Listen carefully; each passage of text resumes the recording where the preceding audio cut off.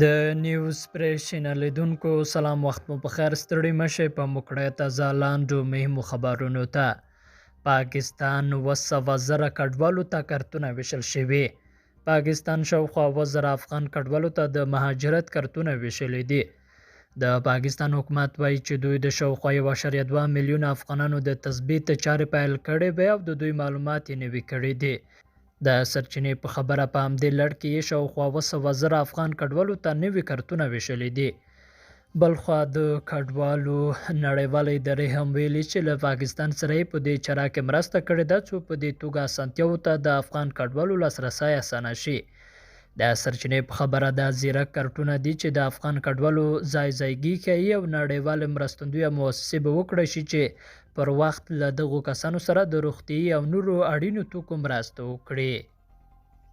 بل لور ته د فیض الله جلال لور وایي پلار یې د طالبانو لخوا نیول شوی.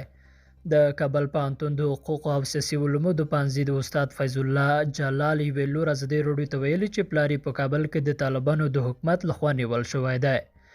د ښاغلي جلال لور حسنه جلال چې خپله دا مهال افغانستان د باندې د ازادي راډیو ته وویل د پلار له دوستانو یو تن چې سهار ورسره ورته ویلي چې پلار یې نیول شوی دی. حسنه جلال د طالبانو د حکومت لخوا د خپل پلار نیول کېدل وغندل او ویل چې په دا ډول نیونو طالبان نشي کولای پر دې ډله د انتقادونو غږ خاموشه کړي. طالبانو تر اوسه په رسمي توګه د ښاغلي جلال د نیول کېدو په اړه څه نه دی ویلي. خو د طالبانو د حکومت یوې سرچینې چې نه یې غوښتل نوم یې واخیستل شي ازادي راډیو ته د کابل پوهنتون د استاد نیول کېدل تایید کړل او ویل نوموړی د هغو تورونو په خاطر چې د طالبانو د حکومت پر ځینو مسؤلینو او ادارو یې پورې کړي د تحقیق لپاره غوښتل شوی دی.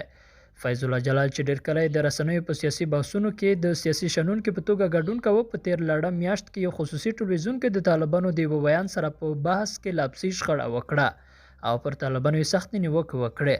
د دې بحث ځینې برخو هغه مهال په خواله رسنیو کې نندریز او توده بحثونه راپورته کړي وه. لیدونکو له ملتیا مننه، ښې چارې.